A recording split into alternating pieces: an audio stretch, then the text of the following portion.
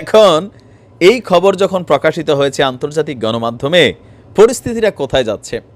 মানে ওই যে পার্লামেন্টেরিয়ান, যিনি একজন এমপি যুক্তরাষ্ট্রের পার্লামেন্টে বসে বলছিলেন, একজন মন্ত্রী সম্ভবত, যে হ্যাঁ, সৌদি যদি আমাদের সাথে সম্পর্ক খারাপ করে তো এদেরকে যে নিরাপত্তার বিষয়টা এটা কে দিবে?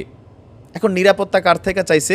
ইয়েমেন সৌদিরে ডিস্টারবেন্স করতো, ইরানের সাথে সম্পর্ক খারাপ ছিল, তো বলছে যদি এতই হয়, পুতিনের সাথে এতই এরা মিল্লামিশা মিটিং করে তেলের দাম কমায় বাড়ায় বা উৎপাদন বন্ধ করে, তো যাও সৌদি থেকে আমাদের সেনাবাহিনী আমরা সরাই নেব, রাশিয়ারে বলো নিরাপত্তা দিতে।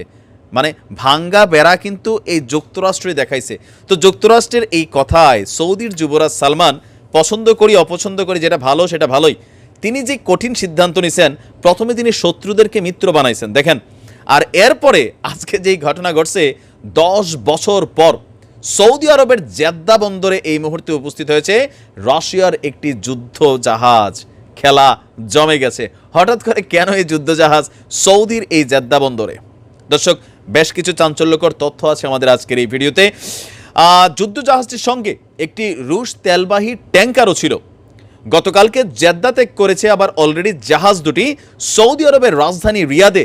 রুশ দূতাবাসের একজন কর্মকর্তা পরিচয় প্রকাশ না করার শর্তে এই তথ্য জানিয়েছেন, কিন্তু ইতিমধ্যেই এই ছবি ভাইরাল যে সৌদিকে প্রোটেকশন দেওয়ার জন্য পুতিন কিন্তু যুদ্ধজাহাজ পাঠাইছে বা ঘুরাইয়া আনছে, যেটা গত 10 বছর এই যুক্তরাষ্ট্রের নীল নকশায় ইরানের সাথে দূরত্ব তৈরি হয়েছিল, আপনার কি বলে যে সিরিয়ার সাথে দূরত্ব তৈরি হয়েছিল, দুবাইয়ের সাথে হয়েছিল, কাতারের সাথে হয়েছিল।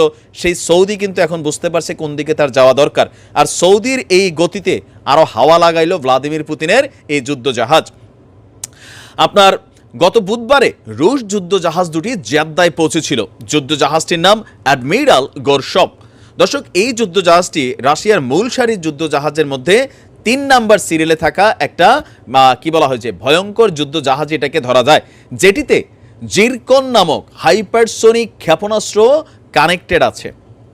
এটাতে আছে কিন্তু মোতায়েন করা আছে, তার মানে যেটা পাঠাইছে এটা পারমাণবিক যুদ্ধ জাহাজে কিন্তু একটা গেল।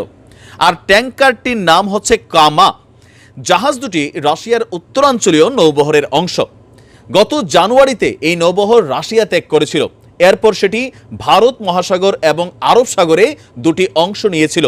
এরপরেই চট করে এটা গিয়ে সৌদিতে উপস্থিত।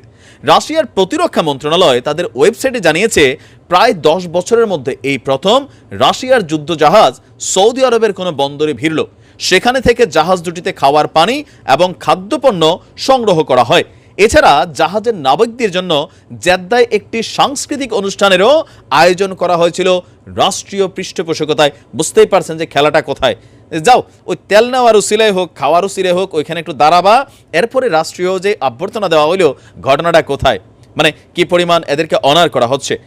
জ্বালানি তেল রপ্তানিকারক দেশগুলোর জোট ওপেকের সদস্য রাশিয়া, সৌদি আরব এই মুহূর্তে পশ্চিমাদেরকে তেলের সংকটে ফেলার জন্য তেল নিয়ে যেই খেলা খেলছেন, সেই খেলায় গত বছরের শেষের দিকে সম্ভবত যুক্তরাষ্ট্রের পার্লামেন্টে মানে বক্তব্য আসছিল যে সৌদিকে বাইডেন যেন বলে তেল উৎপাদন বাড়াও।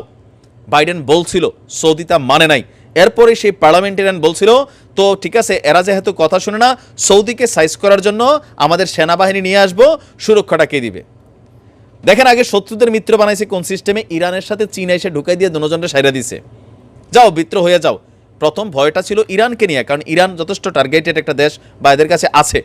আবার ইরান ডিস্টার্ব করতো ইয়েমেন রে দিয়া, তো ইরানের সাথে যখন মিলছে, ইরান আবার ইয়েমেন কখনোই আর সৌদিতে আক্রমণ করবে না, এই দায়িত্বটা নিয়ে এরা কিন্তু সীমান্ত অঞ্চলে বিরোধ নিষ্পত্তি করে ফেলছে। তাহলে আর সৌদির শত্রুকে এই মুহূর্তে, সৌদির কোনো শত্রু নাই। মানে কি বলে যে এই মধ্যাঞ্চল এলাকাটাতে আরব দেশগুলোর মধ্যে সৌদি লিড পজিশনে গেছে।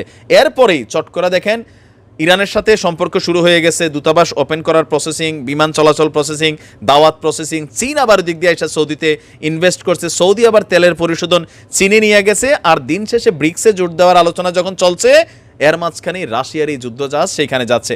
যদিও এই ব্যাপারে সৌদির পক্ষ থেকে এখন পর্যন্ত কোনো বক্তব্য আসেনি, তবে এই জোটের এই অবস্থানে বা এই সিদ্ধান্তে সমালোচনা করেছে যুক্তরাষ্ট্র যে এটা আসলে আঞ্চলিক স্থিতিশীলতাকে নষ্ট করবে। কি নষ্ট করবে? তোমাদের যুদ্ধজাহাজ সারা পৃথিবী ঘুরতে পারে, জেটি বানাইতে পারো, ঘাঁটি বানাইতে পারো, সেগুলোতে আঞ্চলিক স্থিতিশীলতা নষ্ট হয় না?